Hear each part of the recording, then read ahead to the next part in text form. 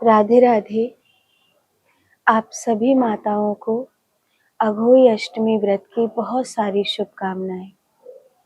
अघोई अष्टमी का व्रत एक महत्वपूर्ण व्रत है और इस व्रत में बहुत सी माताएं अपनी अपनी ओर से प्रयास करती हैं कि सब प्रकार से इस व्रत की शुभता अपनी संतानों को प्रदान कर सके। ये व्रत क्या है, कैसे रहना चाहिए, इसके विषय में कुछ महत्वपूर्ण चीजें हैं। पहले तो बड़ी बूढ़ी माताएं ही एक दूसरे को बता दिया करती थी, लेकिन अब समाज इतनी तरक्की पकड़ रहा है कि ज़्यादातर बहनें अपनी बड़ी बूढ़ी माताओं से इस अर्थों में परंपराओं को नहीं जान पा रही हैं जिन अर्थों में उन्हें जानना चाहिए। तो इस व्रत के कुछ नियम हैं, कुछ ज़रूरी चीज़ें हैं, उनको हमें जान लेना चाहिए।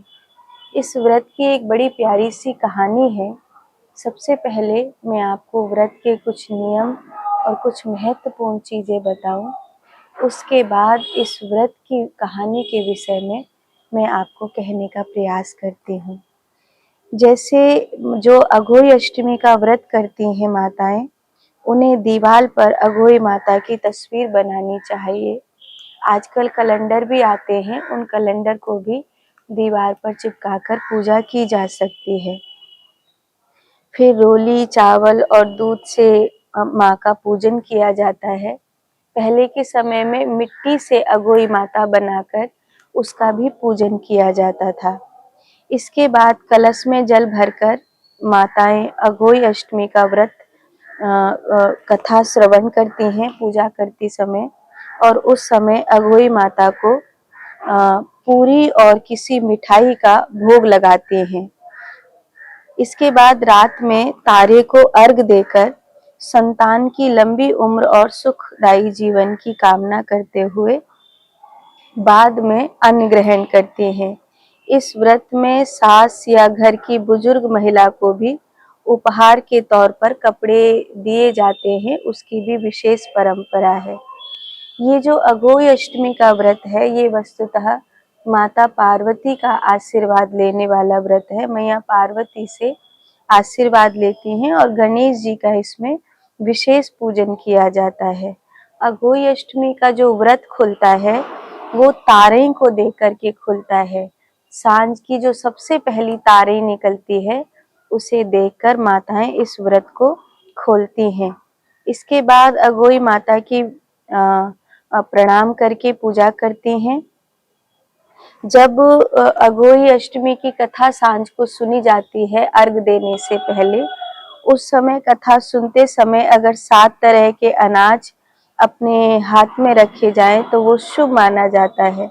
पूजा के बाद यह अनाज किसी गाय को खिला देने चाहिए, बहुत शुभ होता है। अघोई अष्टमी की पूजा करते समय अगर साथ में घर के बच्चे भी बैठे तो इस पूजा को बहुत शुभ मानते हैं। व्रत खोलते समय जब अघोई अष्टमी का व्रत माताएं करती हैं तो व्रत खोलते समय अगर उनकी थाली में सिंघाड़े रखे हों तो उन्हें बहुत शुभ माना जाता है। और इस व्रत में माता के रूप में उनको पूजा जाता है, तो हलवे और चने का भी भोग लगाया जाता है, जिसको व्रत खोलते समय जो व्रत करने वाली माता हैं वो प्रसाद के रूप में प्राप्त करती हैं।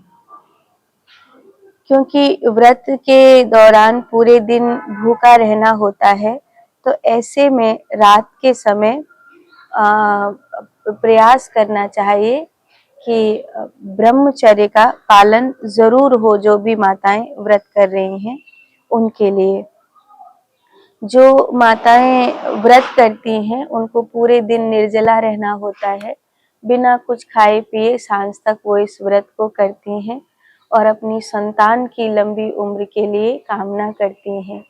ज्यादातर जिन माताओं के पुत्र होते हैं वो इस व्रत को जरूर करती हैं। पुत्रवती माता के लिए ये व्रत बहुत महत्वपूर्ण है, और जिन माताओं के पुत्र नहीं है या संतान नहीं है वो भी इस व्रत को संतान प्राप्ति के लिए करती हैं। इसी शुभता के साथ कि आपको भी अघोई अष्टमी माता की कृपा प्राप्त होवे, ये कुछ बातें मैंने आपको कही आप सबके कल्याण के लिए। आप सभी को एक बार फिर से शुभकामनाएं। खुश रहिए, प्रसन्न रहिए। राधे राधे।